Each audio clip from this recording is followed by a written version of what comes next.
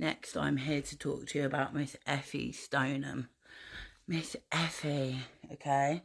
Now, Effy was mute in the first series of Skins, and she was close to her brother, and that's about it really. She'd sneak out of the house, go out, have fun, do things, and then in like the end of the first series, she had that thing happen with those guys. Like her mother said, when you look in these eyes, you knew that she knew too much from such a young age, and she was really perceptive. And although people say Effie gives massive Scorpio vibes, I feel the Aquarius, and you know what that is? Her birth chart in real life is she's a double Aquarius with a Mars and Venus being an Aquarius, which makes so much sense to me. Like Pisces either have the Aries side of it or the Aquarian side of it. You can see it plays out in the show. Like even when they're actors and they're actresses, they still have it. And yeah, obviously, the thing with Tony, it was the thing that made her talk to it in the beginning, the drugs, everything, all of it. And what Effie went through in Series 4, Gen 3, Series 2, she had a psychotic depression. She was like this, she was going out all the time. She had that thing where she took psilocybin mushrooms and she attacked Katie because she was hearing things and not feeling very well.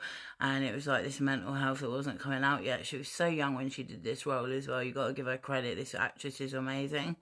And she played it so well, and so many girls are influenced by Effie. But like I said in my video of Tony, I'm so glad I didn't watch it at that age, and like, you know, I think this is cool, glamorous, but to be honest, like as a 33-year-old woman, I do not think it glamorises it so much. I think it does show the pain.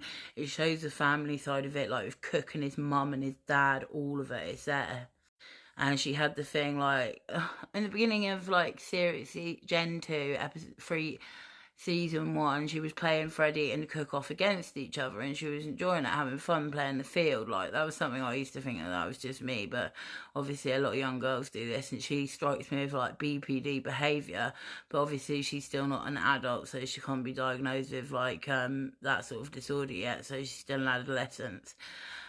And like I think they both really truly loved her, and so did JJ. Like they all had a thing for Effie. Like even the friends, like even Katie was jealous of Effie so much. But she was going through this. Like 1 minute she's the top pitcher, the next minute she's that. Like, and even JJ's like, you got to stop with this mysterious shit, please, because it's too much, and I'm losing my friends because of you, and now I'd like you to go. So yeah, and then she comes back to school after not being there for ages, and she's obviously not done like her GCSEs or A levels like everybody else.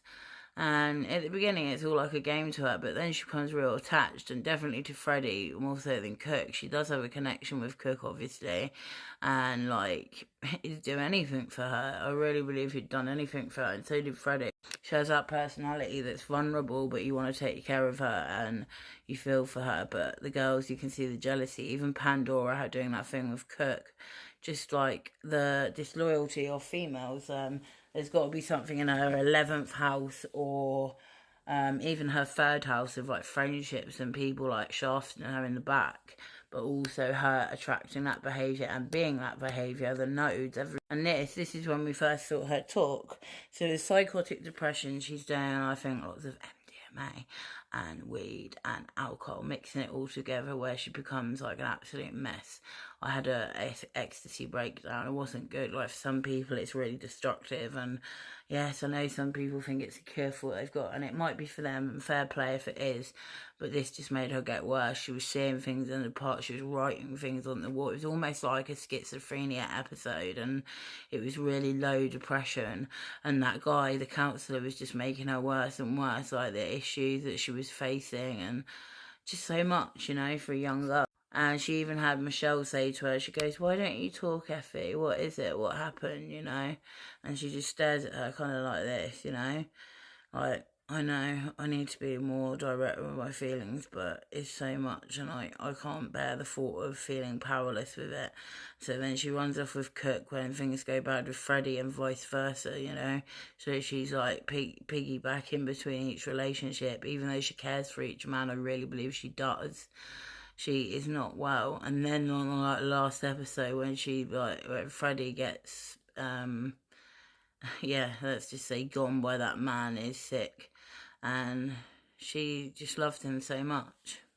and she brought something out in him which was to do with his mother, who was mentally ill, and he believed the father didn't try hard enough with his mum, so he wanted to put all the effort into caring for Effie and being her rock and foundation through all of that, whereas Cook had like mummy issues and he wanted to not save Effie, but almost be saved by her. Like, please help me. Like, I need to have this relationship with women.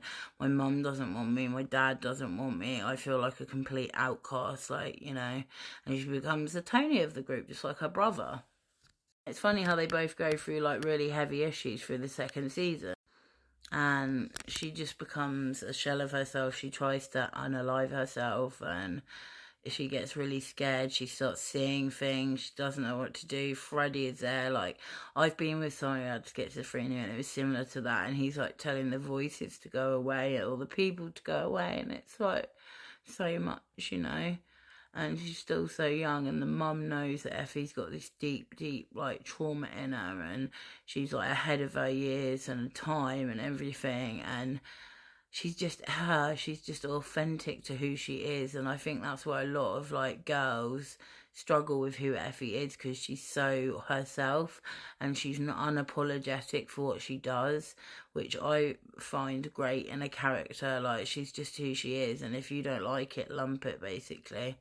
And yeah, she becomes a shell of herself in that season. Then she comes back, and then she gets ill again. Then she gets well. Then Freddie goes, and oh, it's just crazy. I didn't watch like the later seasons where they're older. I didn't really get into them. And then the piggybacking between Freddie and Cook for her is the thing with her and her parents' relationships and how that's affected her. And she's like, oh, who do I go with? What's the right choice? Am I doing the right thing?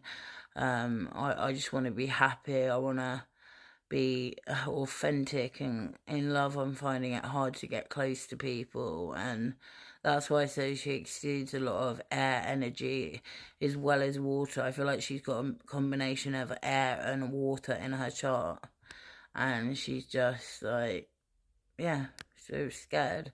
And the divorce messes her up big time. And then her older brother's obviously not there to protect her, who is like her rock, her foundation. She has Pandora, but then Pandora obviously goes off with Cook, and that complicates their relationship. So the only people she really does have are Freddie and Cook, if you really want to look into it. And her mum, when her mum's not distracted herself by everything that's happened in the last few years. But like I said, her portrayal of it is just amazing for such a young actress to like do this and show it, and the drug use and the coerciveness and the codependency. Wow, well done, Skins. You did a good job with this and with such a young actress. And this is why, like, Gemfrey's hard. They didn't have Effie as a transitional character anymore. She was gone, and they had to, like, kind of create other characters into being more Effie-like. Anyway, that's Effie in a nutshell, and who she is and her authenticity.